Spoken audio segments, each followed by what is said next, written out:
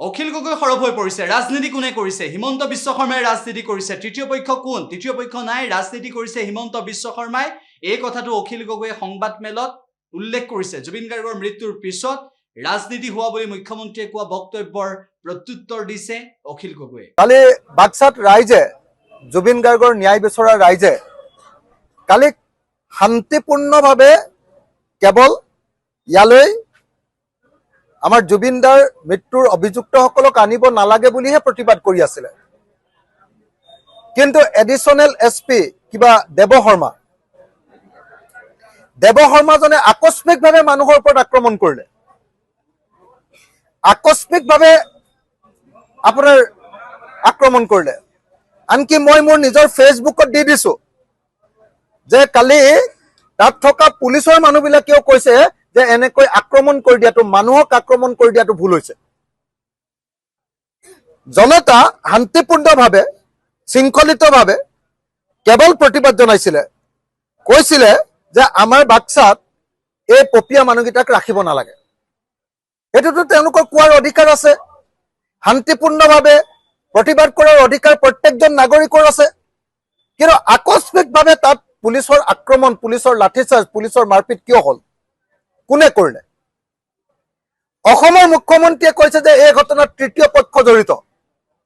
ইয়াত কোনো তৃতীয় পক্ষ নাই। যদি কোনোবা তৃতীয় পক্ষ আছে সেয়া অসমৰ মুখ্যমন্ত্ৰী। প্ৰথম পক্ষটো জনতা, দ্বিতীয় পক্ষটো পুলিচ আছিলে তাত, আৰু পুলিচক নিৰ্দেশ দিছে যদি তৃতীয় পক্ষ, সেইটো হ'ল অসমৰ মুখ্যমন্ত্ৰীয়ে নিশ্চয় SPক নিৰ্দেশ দিছে, যিটো কাৰণত এনেকে এডিশ্যনেল SPয়ে গৈ আক্ৰমণ কৰিছে। গতিকে কালিৰ আক্ৰমণৰ যিটো তৃতীয় পক্ষ, সেই তৃতীয় পক্ষটোৰ নাম হিমন্ত বিশ্ব শৰ্মা। এটা কথা ক'ব পাৰোঁ যে ৰাজীৱ হদিয়া যেতিয়া ঢুকাইছিলে তেতিয়া জুবিন গাৰ্গক মই এটা শব্দও গালি পৰা নাই। মুখ্যমন্ত্ৰীয়ে যদি মই গালি পৰা দেখুৱাব পাৰে তেতিয়াহ'লে প্ৰথমতে তেওঁ দেখুৱাই লওক। এনেই তেখেতে ক'লে, আৰু মোৰ কেতিয়াও অভ্যাস নাই যে এটা ফেচবুক পোষ্ট দি সেইটো ডিলিট কৰি দিয়াৰ কোনো অভ্যাস নাই। মুখ্যমন্ত্ৰীয়ে কালি কৈছে যে ৰাজীৱ হদিয়াক গালি পাৰি আমি বহুত ফেচবুক দিছিলোঁ, পোষ্ট দিছিলোঁ, আৰু তাৰপিছত ডিলিট কৰি দিছোঁ। আৰে ভাই, মই জীৱনত এটাও ফেচবুক পোষ্ট ডিলিটে কৰা নাই। যদি বিপদত পৰিছোঁ তথাপিও তাত ৰাখিছোঁ। যদি কেতিয়াবা চৰকাৰক সমালোচনা কৰিছোঁ, তাৰ কাৰণে জেলত দিছে, তথাপিও পোষ্ট আমি ডিলিট কৰা নাই। আমি আপোনাৰ নিচিনা এনেকুৱা 2 নম্বৰী ৰাজনীতিক নহয়। আমি যিটো কওঁ ক'বলৈ সাহস কৰোঁ। জুবিন দাক যদি কিবা সমালোচনা কৰিবলগীয়া আছিলে কৰিলোহেঁতেন, কৰা নাই কিন্তু মই। আৰু এটা আপুনি কথা কৈ আছে, অসমৰ মুখ্যমন্ত্ৰীয়ে কৈ আছে যে যি সময়ত আপোনাৰ হেৰি হৈছিলে, আপোনাৰ কি কয়, অসমত কভিড হৈছিলে, কভিডৰ সময়ত জুবিন দাক চিকিৎসা কৰিবৰ কাৰণে তেখেতে চাৰ্টাৰ্ড ফ্লাইট এখন লৈ তেখেতে চিকিৎসা কৰিবলৈ দিল্লীলৈ লৈ গৈছিলে। দিল্লী নে বেংগলোৰ নে মুম্বাইলৈ ক'বালৈ লৈ গৈছিলে। তেখেতে এতিয়া সেইটোকে সদায় ঢোল পিটি থাকে। জুবিন গাৰ্গক ভাল পোৱাৰ কাৰণে এটাই ঢোল পিটি থাকে, বোলে মই চাৰ্টাৰ্ড ফ্লাইটত লৈ গৈছিলোঁ। তোমাৰ ব্যক্তিগত টকাৰে লৈ গৈছিলা নেকি? জুবিন গাৰ্গৰ বেমাৰ হ'লেতো চব চৰকাৰে চাৰ্টাৰ্ড ফ্লাইটত নিব লাগিব।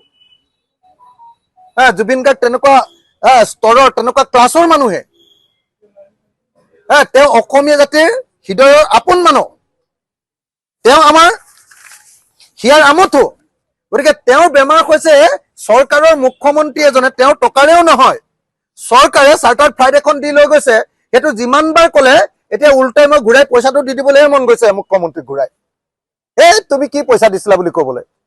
আৰু তেওঁ কৈ আছে বোলে সেই সময়ত অখিল গগৈ কি কৰিছিলে, সেই সময়ত তুমি মোক অখিল গগৈক জেলত ভৰাই থৈছিলা 20 চনত। 19 চনৰ 12 ডিচেম্বৰত মই জেলত সোমাইছো।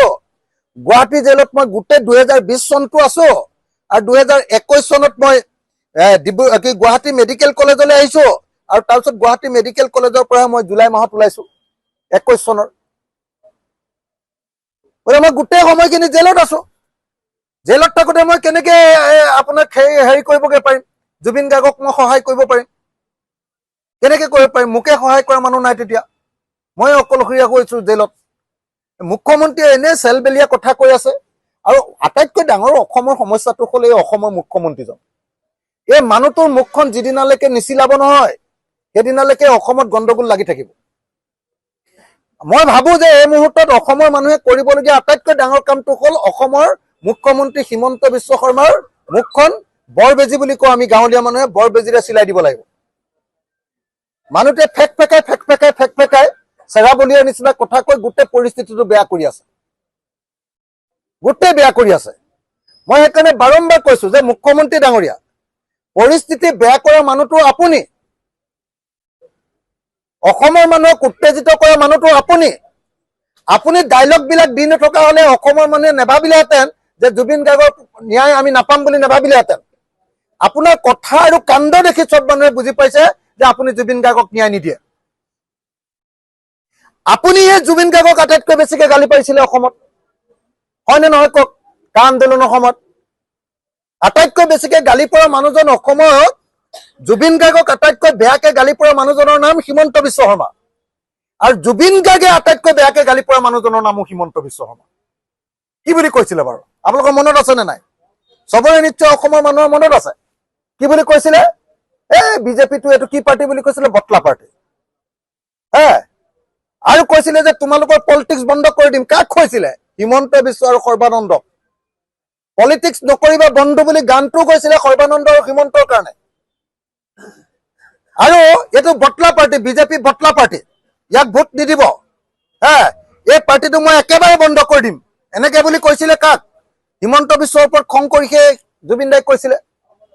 গতিকে জুবিন দাকো অসমত আটাইতকৈ বেয়াকে কৈ থোৱা মানুহটো হিমন্ত বিশ্ব শৰ্মা, আৰু জুবিন দাইও অসমত আটাইতকৈ বেয়াকে কৈ থোৱা পাৰ্টিটোৰ নাম বিজেপি আৰু হিমন্ত বিশ্ব শৰ্মা। আৰু সেইকাৰণে কিজানি এতিয়া জুবিন দাক ন্যায় দিব খোজা নাই হিমন্ত বিশ্ব শৰ্মাই, আৰু সেইকাৰণে অসমৰ মানুহে হিমন্ত বিশ্ব শৰ্মাক বিশ্বাস কৰিব পৰা নাই, আৰু সেইকাৰণে প্ৰতিবাদ কৰি আছে। সেইকাৰণে জাষ্টিছ ফৰ জুবিন গাৰ্গ বুলি আমি ৰাতিপুৱাই সদায় লিখি আছো।